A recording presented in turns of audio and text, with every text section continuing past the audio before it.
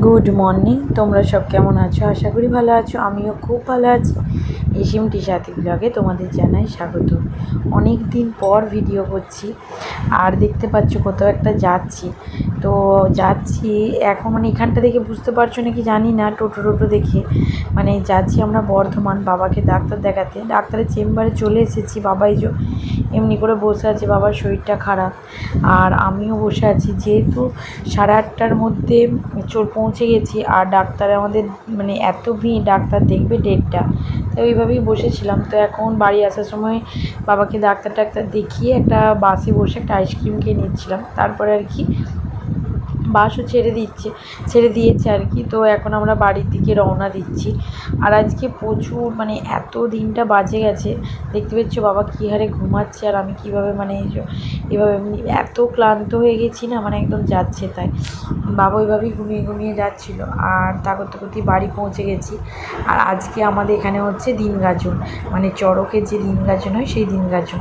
দেখছি ভক্তরা সব আসছে, তো সব হাওয়া করে, তার ফ্যামিলির লোক হাওয়া করে নিয়ে যাচ্ছে।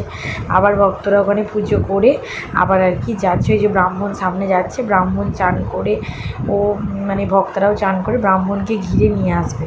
আর দেখছো আমার ছেলেটা কেমন জোরে সাইকেল চালাচ্ছে, এত বদমাইশ হয়ে গেছে না এখন, মানে কেউ বলবে এটা 4 বছরের ছেলে।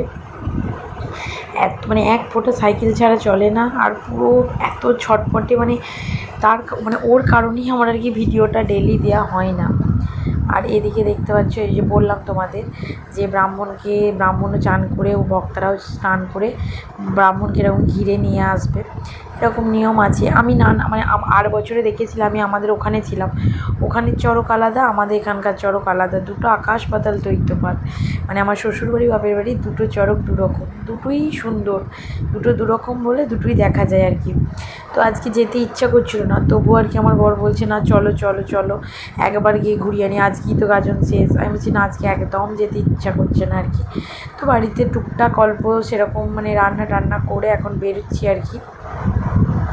আবার কালকে পয়লা বৈশাখ, তো সেই হিসাবেই আজ মানে কালকেও একটা চাপের দিন, বছরের প্রথম দিনটা, মানে চাপের বলতে না, মানে রান্নারও অনেক কিছু আছে। তারপরে ধরো প্রথম দিনটা একটু পুজো আচার দিকটাও।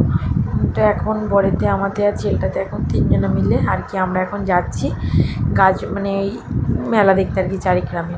তো এখন ছেলেটা আমি আর ওইদিকে গাড়িতে যাচ্ছি, আর এদিকে পৌঁছেও গেছি।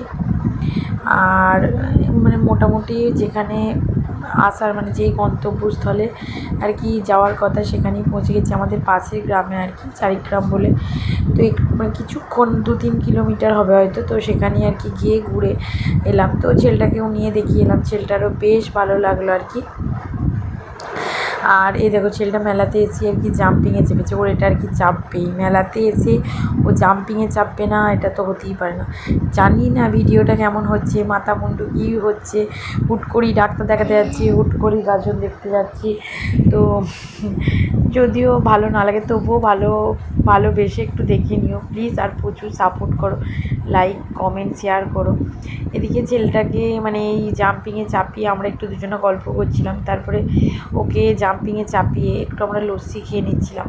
এত গরম, মানে এত গরম পড়ে গেছে না এখন, যাচ্ছে তাই ভাবে। তো ঠান্ডা একটু লস্যি খেয়ে নিলাম। তারপরে আমরা 3 জনা আর কি একটু ওই মোগলাই আর কি, সরি, তার আগে আমরা একটু মেলায় ঘুরেছি, বাচ্চাকে নিয়ে গেছি, জানো একটু কিছু না কিনলে কি হয়।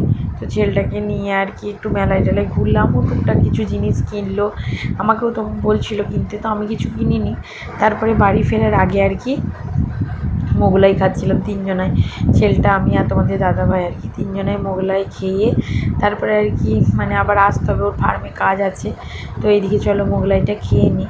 তো মোগলাইটা খাওয়ার পরে একবারই ফার্মে এসেছি, কারণ জানো যে ওকে ফার্মে বললাম একটু আগে যে ফার্মে কাজ সারতে হবে। দেখছো কি সুন্দর লাগছে না, মুরগিগুলোকে খেতে দিয়ে দিচ্ছে, আর মুরগিগুলো কি সুন্দর গোল করে ঘুরে খাচ্ছে।